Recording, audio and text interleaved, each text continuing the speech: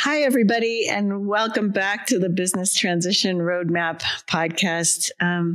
Today, I am doing a solo episode just to talk a little bit about the how. As you know, the foundation of transition, my belief is that it is a journey. It's not an event. And many people start with the how and how much. So if you start with what I call the two H's, the how and how much, generally what happens is you just have an overabundance of opportunities to move forward. And it's really hard to be able to understand which one's really going to get you to where you want to go and how much is going to get you there as well. So we believe that starting with the 4 W's is the best way to do it. And today, what I'm going to do is I'm going to talk about the how. So I'm going to jump into that level, and we're going to talk a little bit about some choices that you have. We put together a great tool. We call it the How Transaction Guide. And that is, if you want, while we walk through this podcast, you can go download it. It is at transitionstrategist.com/42. And that's also going to be in the show notes at the end. So you can go get it there as well. So why do people start with the how? It, I think, is emotionally and logically a very good place to start. They're used to staying in the business and working in the business. And when they go to talk to the normal advisors, say like a CPA, accountant, or maybe a business attorney, or even an estate attorney, those people tend to deal with the how. And I think that business owners are, they're close to those people, and rightfully so. Those people are great advisors in their life. They've helped with taxes and helped with mitigating tax and helped with keeping the business safe and, working to keep the business and keep you as an owner on the right path. So highly valued people. And that's what they do, is they deal with the how. A long time ago, I had a lady come into a workshop that I was doing. And when she saw what we were doing and saw our compass with the 4 W's, the who, the when, the what, and the why, and then the how and how much, the light went on for her. And she said, wow, my dad and I started with the how and how much. And we got so deep and so buried, and so we didn't know which way to go. And we ended up stopping our conversations for the last 2 years. And so she was hopeful that by starting down the road of understanding the other 4 W's, that they could navigate the how and the how much. When you get to the how, and again, we put together this how transaction guide. When you get to the how, just at a high level, if you're going to start with that or go there, the first question that you want to ask yourself is, do you want to exit the business, like actually transact the business while you're living, or after you're not on this planet, after you die? That's a big question. And sometimes it's a split. Sometimes it's both. You might want to transact the business partially while you're alive. There can be some benefits to doing that. It could be that you get to work in the business until you're no longer there and you don't have anything else that you'd really like to do. So why not start to consider that? It could be that you want to work with somebody in the business, say a son or a daughter, or just stay connected to them and enjoy that. So a family member. You also may choose to transact all of it while you're alive. So you may say, oh, you know what? I am done with this thing and I really want to get out of the way. I want to go do something else. And I think it would be better for the new owners to be able to navigate and move forward on their own. So that might be a good choice. Or you could say, no. I want to exit when I'm no longer on the planet. I'm going to own this 100% until I die. So is any way forward of those choices is any way better than another? And you can't completely answer that because there are tax consequences and all kinds of other things that go into that decision and that understanding. However, when you first start with the how, I think it's important to know, what are you really trying to achieve and what do you want from this business in your life? And how would you like to live your life out? So I don't think that there's a right answer to any of the how. It's just truly preference. So let's just say that you decided that you wanted to exit when you're no longer on the planet. I've had quite a few clients who have done that. And I think the number one important thing for that scenario is if you've got the plan in place. There are plenty of stories out there in the world of, somebody just keels over and they're gone. Heart attack, car crash, variety of different things. And when that happens, if there's no strategy in place for a transition of the business, not the estate. The estate says, oh yeah, you can transact over here and it goes into your estate and blah, blah, blah. But if there's no plan in place of how the business gets run while it's being sold or transitioned, about who is supposed to maybe do what, about what your intentions are, how you take care of people in that situation, then it really is a free-for-all. And I think that's where some of the stories come from that are out there that did not go well. So instead of it being structured with a strategy, communicated, and everything's in place and people know what to do, people don't know what to do. We just had a lady, she actually is one of my great associates, and her uncle passed away and it was unexpected. And she ended up flying out to go visit her, the spouse of that uncle. The two happened to be in business together, and the spouse wasn't ready to run the other side of the business. And it was completely unanticipated, just a cancer thing and short term, 4 weeks left. And that was the end. So they're picking up the pieces, not only when the person's gone and dealing with all of the grief and all of those other things, but they're also picking up the pieces of, gosh, in this case, how do I do payroll, right? How do I keep this thing afloat so that I can keep it going because I need the business and I want to continue with it. So if you're going to choose no, that you do not want to exit while living, then I would just recommend, and heartfelt recommendation, have some kind of a plan in place and enjoy your life until the end and in the business, and then help others deal with it when you're not there. So let's wander down the idea of, yes, I want to exit while I'm living. If I want to exit while I'm living, one, you can decide what percentage you want to transact. It doesn't have to be 100%. It could be less. Let's just say that you're going to transact 100% of it. There are three basic methods that you could look at a very high level. There are all kinds of details underneath these three methods, and a lot of work in all of them. But you'll look at these three options. So one is transition to an insider, which would be somebody that you know. So it's an inside transaction. You're going to transact the equity of the business and you're going to transact it to someone you know. The second one is to transition to a third party. So in that one, what you're going to do is go find probably like a business broker or merger acquisition, investment banker type person or firm. And you're going to go transact to somebody that you don't know. So you're going to go find them and transact to somebody you don't know.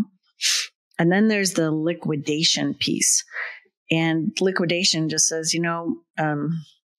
I don't think this business is worth transacting.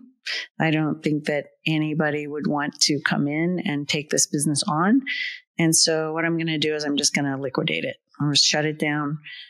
And that one to me, I think it's a sad choice. It's a sad choice for a lot of reasons, because you've probably had a great business and run it fairly well, probably very well, been successful for quite some time. And with it being liquidated, all of the people in the community that business serves, including all the customers, all the vendors that supply things to that business, all of the philanthropy that you do, which you've heard me say that I think business owners are some of the most generous people in our communities, and also all the employees and their families. There are a lot of people that depend on the business. So I think liquidation allows you to shut it down.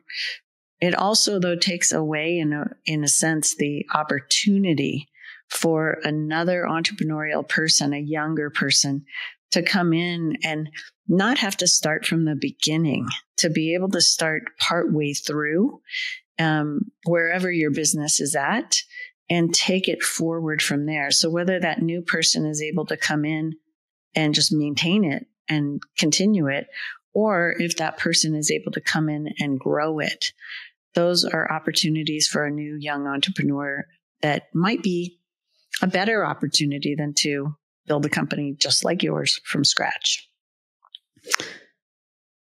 So we'll walk into transition to a third party next. So I'm moving up the transaction guide. And the transition to a third party, when we've worked with business owners before, many will go that route. They'll just say, hey, I want to transact my business. And of course, it's going to be to a third party. And when they walk through that door and they start really looking at transitioning it to somebody they don't know, one, they have to go through the merger acquisition firm to go find somebody that they don't know who would like to buy it. And two, it's a little bit frightening, because if your business is, if it is your baby and you care deeply for it, which most entrepreneurs do and owners, they really want to have the business continue well, and they care about whether or not the people are taken care of, and just the culture of the business, and how it operates and its well-being. Somebody who will come in and care for the business like they have, just that it's meaningful to them. So transition to a third party, it's a different kind of a road. And I think the biggest challenge for a business owner that's going that direction is when the potential owner that they're looking at, who's interested in the business, doesn't match up with their values. You have less control. So you're just going out, finding a third party, saying, yep, go for it. Would love to sell you the business. And it's almost, sometimes you can be a little hands-off, but most of the time that third party wants you to stay because you're integral to the business. And most of the time there could be what's called an earn-out in that. And with the earn-out, that means that you'll get some of your money up front, maybe, hopefully. And there's this earn-out that says, if the business continues to work on the level that it's working or better, and we can meet these goals, then you get the other piece of your money later. That's an interesting thing, because you've lost control of the business. So you no longer are making the decisions. And you also, though, are things happen from their decisions that may impact your ability to get the earn-out. And the other thing is you get to stay on and watch them manage your business in the way that they choose to, which can be a little bit challenging at times. So third party might sound easy, but usually that owner's tied and has a complete lack of control. So hoping that the person listens to them, but not always true. The third one, transaction to an insider. That one is, in a way, one of the hardest roads because it takes the longest time. If you're looking to, though, stay in the business, work with your kids, work with somebody, just have a little bit less responsibility and a little bit less impact on your time, maybe even spread out some of your investment so that you can, again, still reap some of the benefits that are in a growing business, but also help somebody else to reap some of those benefits as well. The transaction to an insider is kind of a fun time and a good way to go. In that, you can transition to an insider by using a gifting strategy or a sales strategy. Oh, and by the way, in a transaction strategy and that sales strategy, which also applies to transitioning to a third party, whenever you sell a business, you can sell it two major ways. And I'm being very high level here, but you are either going to sell the entity itself. So you sell the company, or the LLC, so with all of the shares and everything that goes with it, or you sell what the company owns, which is the assets. So it's either the sale of the whole entity or the sale of the assets. And when you sell the whole entity, all of the liabilities come with it. So the person who's acquiring it takes those on. When you sell the assets, the business becomes just a shell and all the assets are taken out of it. And so those assets are free and clear of prior liabilities, et cetera. And many times in a third party sale, you'll end up with sale of the assets. Not always, but I would say a good portion of the time. So if we go back to transition of an insider or to an insider, you've got the sales strategy, again, either of the entity or of the assets. So that can be discussed.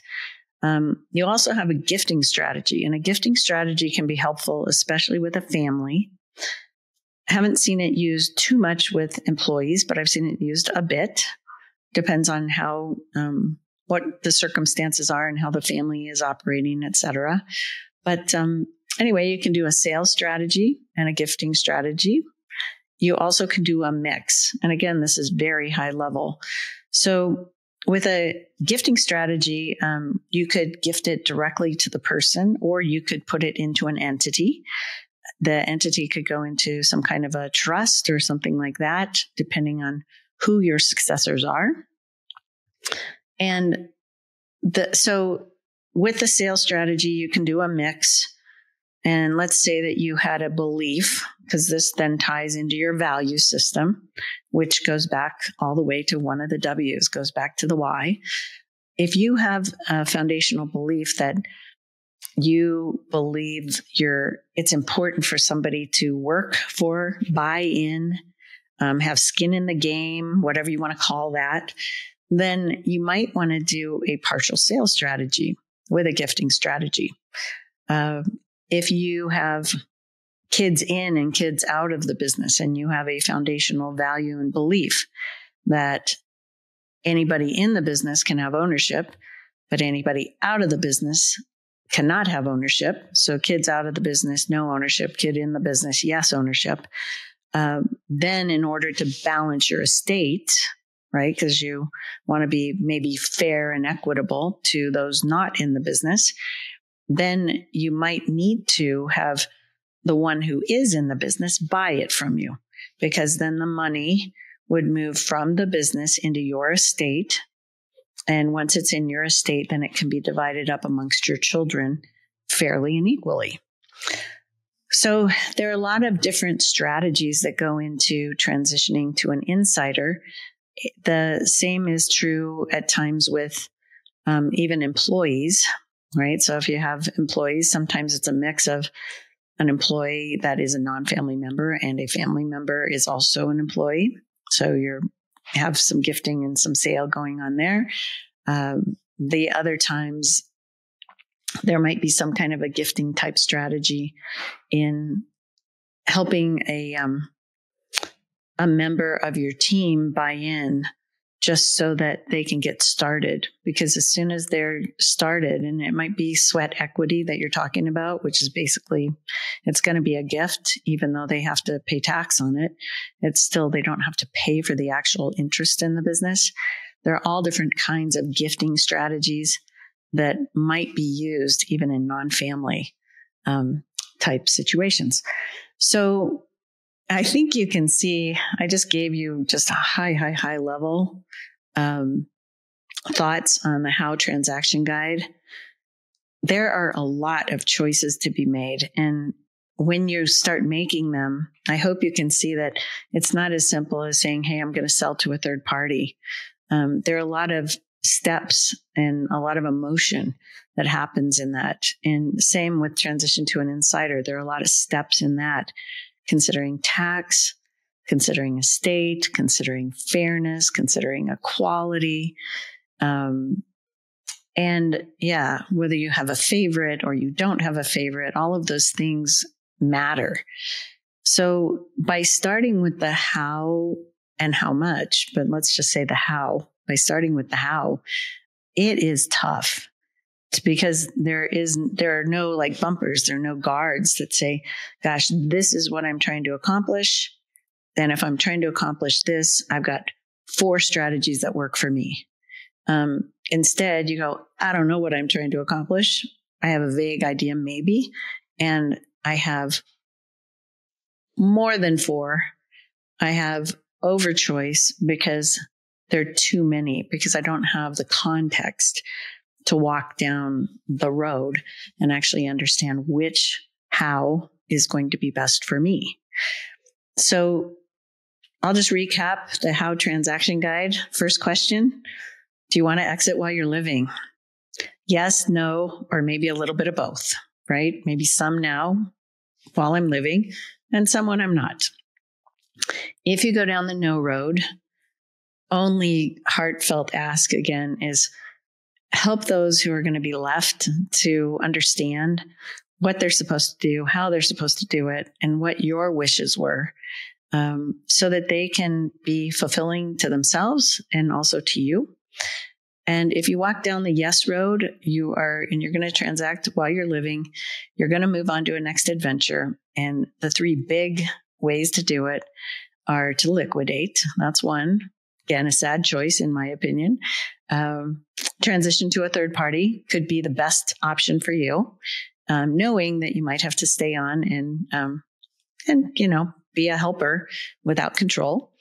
And then transition to an insider, where you're able to maybe take a longer road, have fun with the people that you're mentoring and working with, and enjoy that journey until it is your time to completely transact the business and leave. So I hope this was an interesting podcast for you. We love doing this work, and it is complicated. So don't forget to take a look at our website. We do have the How Transaction Guide, and it again is at transitionstrategist.com/42. So transitionstrategist.com/42. And you can also find the link in the show notes.